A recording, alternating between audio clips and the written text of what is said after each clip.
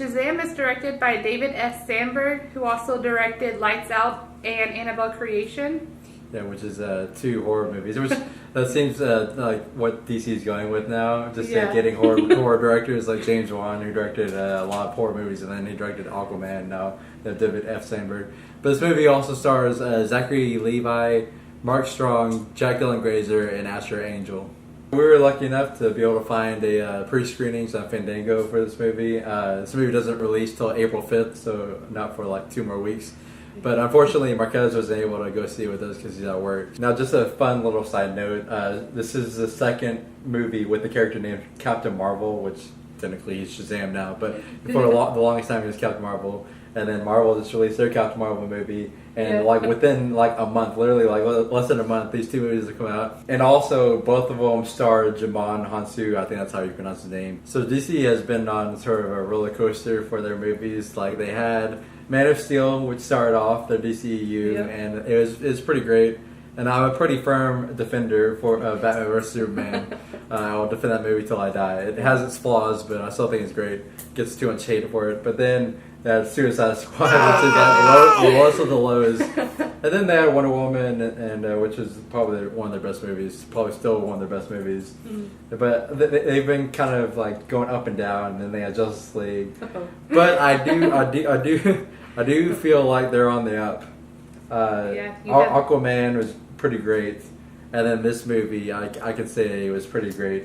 I do have some issues with it that we're going to get to later, but I do feel like this continues to attract good movies. And we've all seen the trailers, so we kind of knew it was going to be more of a comedy than the other movies. Yeah, especially with the just who the character is. Yeah, and I was really worried about that, if the comedy was going to go with the DC's kind of dark tone that they've had with the other movies.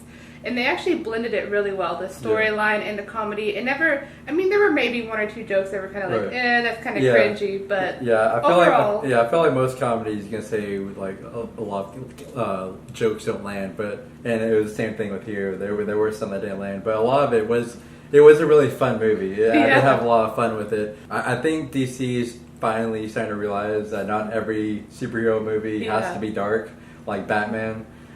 Which it fit with like Batman vs Superman, and it fit pretty well with Man of Steel. Mm-hmm. But they have to start realizing that not every movie has to be that way, and I think they are starting to realize that, because Aquaman was probably one of their most lighthearted movie, and this continued the trend with that lightheartedness. Yeah, and we talked a little bit about how the dark tones, especially with Batman vs Superman, I saw it a lot. And then with Justice League and Suicide Squad, they like the dark palettes. Like even in Wonder Woman, it was still a great movie. I love Wonder Woman, but they still had that darker lighting. Where with Aquaman, they're starting to have the brighter lights, and it's more family going, more lighthearted. That's what superhero movies are supposed to be. Yeah, if you compare this movie with like Batman vs Superman, it just looks like 2 completely different studios made them. One thing I really loved about this movie was how they portrayed Billy Batson.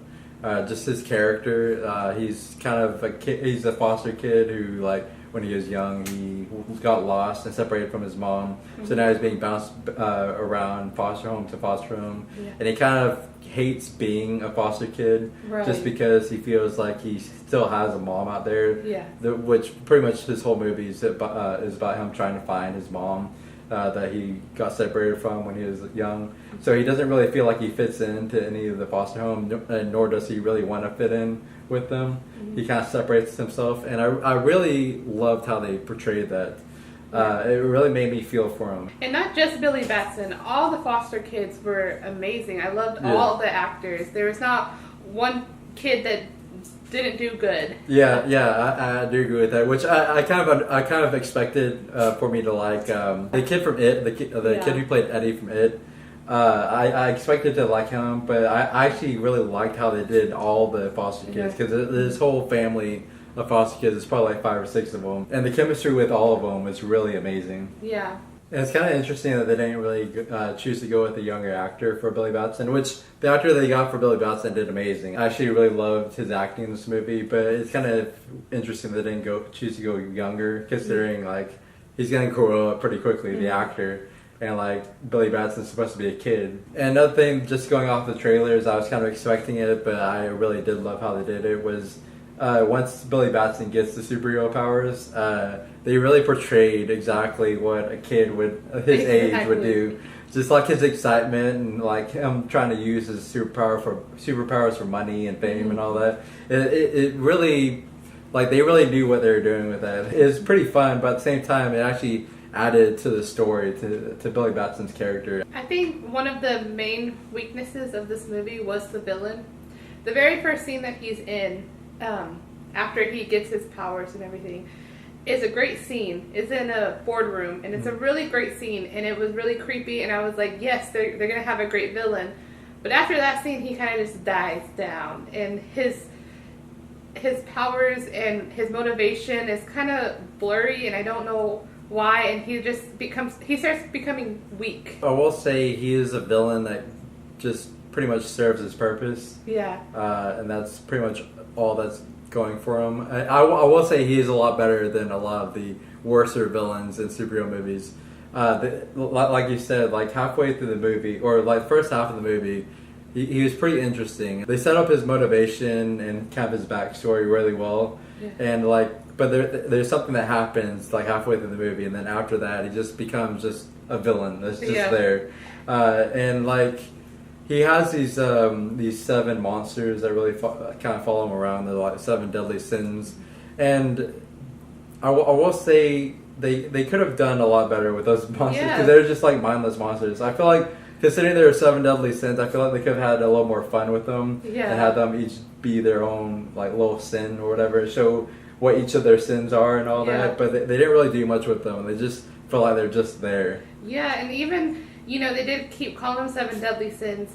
But even if they hadn't, I wouldn't know who these monsters were. Yeah. Because like you said, they didn't explain which one was which monster. And it was, but at first I didn't mind it because I was like, these are really creepy monsters and it's okay, that's good. They're going to explore it more. And then they just expected, because they're creepy monsters, that, they'll be great villains. And it's like, no. Yeah. But I did like the villain's motivation, because he kind of has a chip on his shoulder, kind of, ever since he was a little kid. And it kind of added a nice little dynamic between him and Billy Batson, because there's something in both people's lives that they feel like if they get it, then their life would be a lot better. And one thing I didn't really fully understand is just the whole backstory with the wizard and the seven deadly sins and the whole evil force that sort of powered Dr. Zavanna, the main villain for the movie.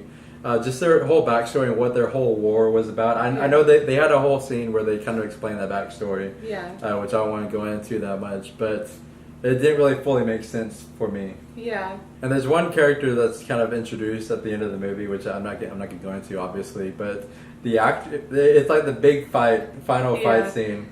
And like the actor that they have for this one character is just like so awful and just throws it all off. I mean, he doesn't have that many lines, but I mean, the lines he did have were just like so off-putting. So guys, Shazam is a great superhero movie. It's not the best one that's out there, but it's still enjoyable. It's lighthearted, and it shows that DC is on the climb back up towards. Hopefully, we'll see with these other movies coming up. So I'm gonna say Shazam is 80% awesome. Yeah, guys, like Brittany said, I won't say this is like the greatest superhero movie ever made, or even made recently, but it definitely was a really good one. It's definitely a more enjoyable superhero movie than it is a great superhero movie, but still really good. I think a lot of people are going to like it. It had a villain that was serviceable enough. Billy Batson was a pretty compelling character on his own. It just overall was a pretty enjoyable movie. So I'm going to say that Shazam is 83% awesome. Alright guys, don't forget to like, share, and subscribe. And go ahead and comment below and tell us if you're excited to see Shazam. And tell us what your favorite DCEU movie is and how you think how Shazam's going to stack up against those other movies. And don't forget to follow us on social media. We have a Facebook, Instagram, and Twitter, all at 2 Awesome Men. Thank you so much for watching, and we'll see us later.